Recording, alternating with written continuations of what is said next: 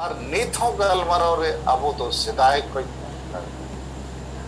आदो इन दो आपे तला रे मिड लेका पंडित रघुनाथ मुर्मू जहाँ लेका सेदाय को बेजत के दिया उनका गे नुकु यूथ फुटबॉल टीम रिन होड़ दो इन दो पाको कुसिया इन करना चेदा मार्शल डहार रिन आयुरेन गया मार्शल उइहर दाड़िंग एमा पे कना आदो आपे को नोआ जिनिस को ना ओलकार के हो बनावा आदो नोआ को इन्हें लय रे उद्देश्य तो नोआ कना जे आबो दो नित मार्शल टीम और यूथ टीम तल्ला रे वो ओपो कना तो यूथ टीम को ठेन दो मिटन हो सलखान मुर्मू खिलाफ उनकान कथा बनुआ उनकान कमी बनुआ जहाँ चे आम ओना कथा और कमी युद्धुम ते सलखान मुर्मू दुसव दाड़िया उनिया बड़ी एम नाम उडोक दाड़िया मेनखान शिबू सोरेना दो आड़ी गान बड़ी को नाम उडोक दाड़िया लेकिन एन रे हो आज सला चेदा सांगे होड़ मेना को ओना रे मूल कारण दो हुयुक कना जे जेते अतु रेगे आबो जहां मस्जी परगना व्यवस्था मेना ओंडे सांगे होड़ दो रूमू बुलू डांडो बारोन और डन याजाम को कना और उनको लगित थे दो नवा जोम न्यू रस्के रूमोज उनागे उनको दो माने मिट लेका दो टारगेट करना उना कोई मांग से तो बाको नेल दाड़िया बाको उइहर दाड़िया उनका ते आकुआ फुटबॉल टीम दो होड़ दो सांगे गया लेकिन को सांगे रे हो इन दुई मेना नुकुआ दो मेद हो बनुआ लुतुर हो बनुआ मोचा हो बनु बाको नेला नुकु दो को काना गया अदो काना होड़ सांगे को जावरा कना और अबो समाज को बोझेगा और अबो नित तो इन सला जहां मेना पेया आपिया मेद लुतुर मोचा इन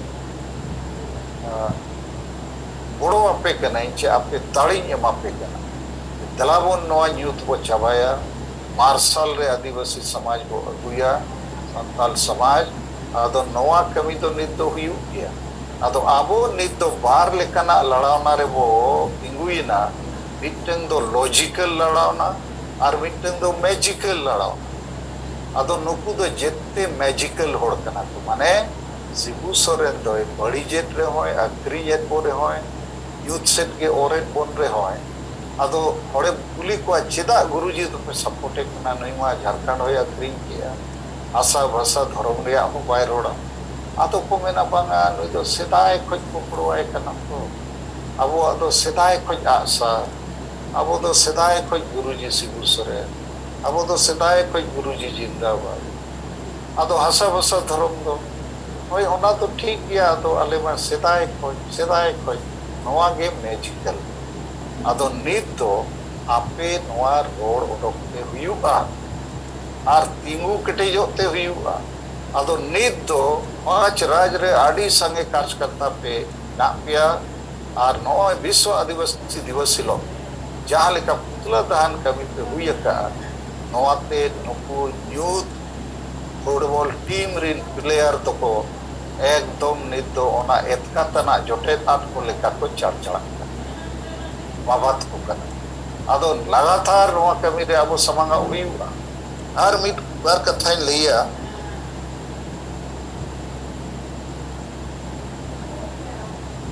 जे संताली परसी आंगोच रे छोटा कथा जे जोबारानी बास्के अब तलारे मिट बार धावे रोड किया गोमके आमा आयुर तेगे अब नोआ बो जीत के आदो नोआ तो आपे सेंगल रिंदुक पे पड़ाया लेकिन और जे 8 शेड्यूल रे शामिल है ना वहाँ तो मामूली आंदोलन तो बाबू हुई है अड़ी धाव रेल बोट का किया अड़ी धाव रैली मीटिंग जुलूस किया वो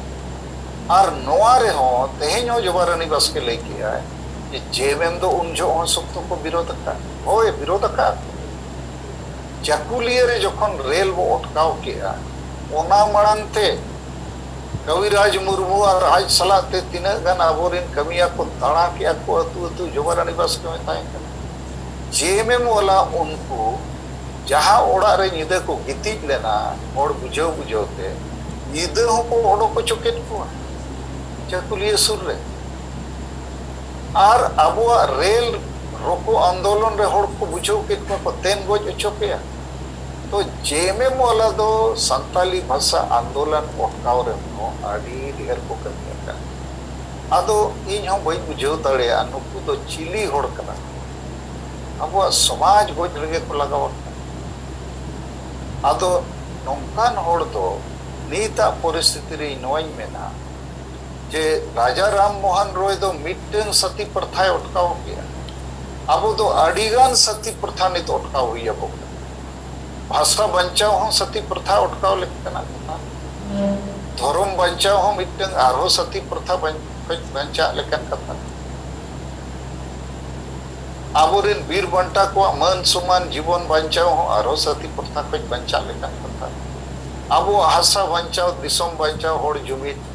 अड़ीगान सती प्रथा सला ओटकना और ओनारिन बैरी दो नुकु कना को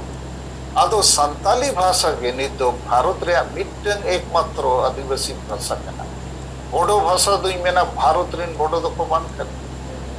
जैसे नुकु दो इंडो बार्मीज भाषा को मेता माने नुकु दो मंगोलाइड भाषा ग्रुप कना को और नुकु दो भारत रिन होड़ दो एक्चुअली को मान जैसे चाइना नेपाल बार्मा उनका के मंगोलिया आदो भारत भीतर सीमा रे को हेजन कान भारतीय को भी उतार गया लेकिन असली आस्ट्रिक भाषा जहां भारत रिया एकदम सरी आदिवासी भाषा दो अब संताली मुंड वो भाषा कना और ओना भाषा ग्रुप रे संताली भाषा दो जते कुछ मारे भाषा आदो इया कुरुमुटु अपया गोड़ो ते नवा जितकर आदो नवा जितकर ना संताली भाषा दो मामूली कथा दो बांकना भारत और नवा धरती रे लेकिन नोवारिया हो नुकु यूथ फुटबॉल टीम वाला बाको प्रचार ला नवा को बोर्ड को मना किट को प्रचार सलखान मुर्मू को युतु में खान अड़ी महाराज नेता बिना और ओनाते नुकु दो जैसे विश्व आदिवासी दिवस हो जेएमएम बाय बनाओ किया सांताली परसी जितकर महा हो जेएमएम बाय बनाओ चेदा बाय बनावा परसी में 22 दिसंबर जितकर कना और ओनारे आको आमा कोई योगदान के बनु और जितकर महा मनाव खान मा मेन हुयु ना कोई कारण ते जितकर ना भाई अदो ओना मेन खान मा सलखान मुर्मू नेतुम मेन हुयु बाको हुई अदो जगह जगह रे आकोरिन होड़ तो को लैया आबो दो संताली परसी जितकर महा तो बाबो मेना अब दो भाषा दिवस हो में होड़ एड़े लगी फिर उनका के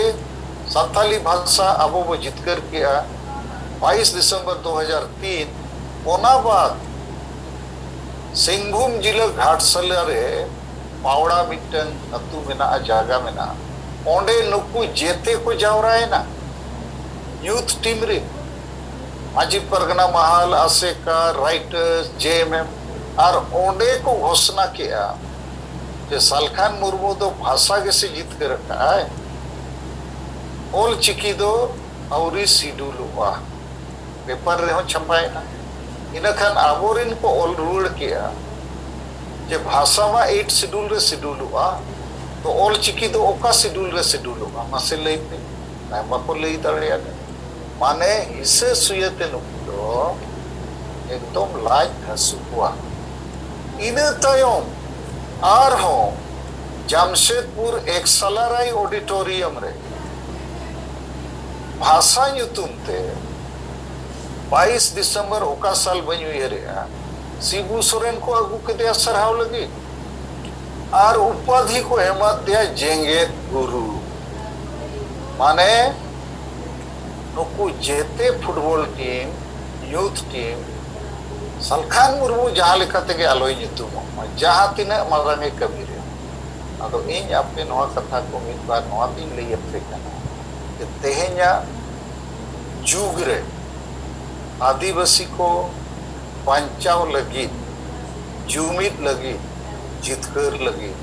मिटन नेता लगती बिना नेता ते दो ओका आंदोलन हो बाय सफलोआ मिटन बिरसा मुंडा लगती है मिटन सिद्धू मुर्मू लगती है मिटन तिलका मुर्मू लगती है क्या बिना नेता, बिना नीति, बिना रणनीति, बिना संगठन ते आम जहान लड़ावना बाम जितेरोगा। आदो शिबू सोरेन हेमंत सोरेन दो मोड़े धाव किन मुख्यमंत्री ना चेत हो बकिन चिका दाड़ियाता। और जहां को मेना शिबू सोरेन अड़ी मरांग नेता तो मुख्यमंत्री ताहे कना है। और मुख्यमंत्री ताहेन तुलु तमाड़ विधानसभा रे चुनाव पड़ू चोय। और दुमका रे बारधाव एमपी रे चुनाव होय पड़ू चोय ना। बाप बेटा दुमका रे किन ताहे ना दुमका रे एमएलए इलेक्शन होकिन पड़ू चोय। तो इन्हें मेन रे अबो बताए दरकार जेएमएम पार्टी दो इलेक्शन ए दाड़े कना। कारण दो नवा दो बांग कना चे नुकु बेस को कमी। कारण दो कना जे कोटी कोटी टका को खर्चाए हांडी परवे डंगरा जिल सुकरी जिल टका पैसा को हटिने। और ओना सलाते मुसलमान और क्रिस्तान को वोट को नामेया। कारण मुसलमान क्रिस्तान दो बीजेपी बोतरते बीजेपी जमने पड़ू बा इनखान आकुठेन आर कोई विकल्प बनुआ तो जेएमएम को वोटे कना ओनाते को दाड़े कना। बांखान नुकु तो दाड़े रे चेत हो बांग कना। और आबोरिन आदिवासी होना आकुआ हासा भाषा जाति धर्म को दुलड़ खान और हांडी परवे चकनाते वोट बाको अखरीन खान नुकु दो उकारे हो इलेक्शन बाको दाड़े। तो ठीक गया तेहें अबो 11 को ढेर 18 मिनट अदो नवा कथा रकाब यंते अपने तलारे नवा को लई किया। अरहो अडिगन कथा मेना अरहो गलमरावा तेहें दो इन सेट को निना गिन लैया। और जहां को नवा को पे आंजम दाड़ियादा बेसेना नवा को अरहो चर्चाया। कारण आबोगे नितो यूथ खोज मार्शल से समाज वो अगु दाड़िया। और जहां को बोलाई मेन के लेका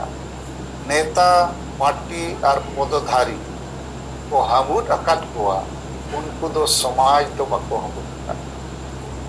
आबो दो समाज वो हमूद अका समाज लगे को कमी करना। और मुचेत कथा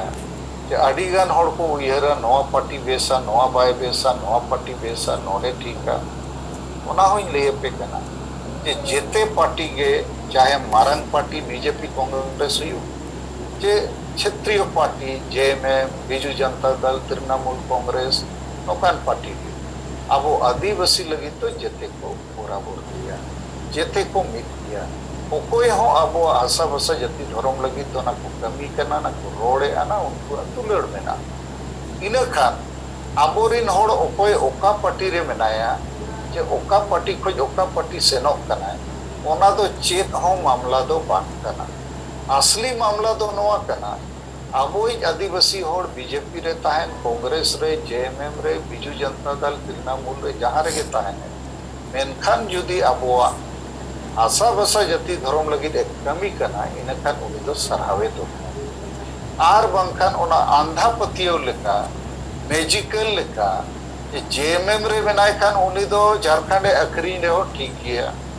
और कांग्रेस बीजेपी खोज कमी कन खान भाई ठीका। तो मान लिया बीजेपी सरकार के झारखंड राज्य बनाव किया सांताली परसी हो मान को अष्टम तालिका रे डाक टिकट हो मान को इन खान दो चेत वो वापस रुड़ का बांगे आम दो बीजेपी कना झारखंड हो आलम बनावा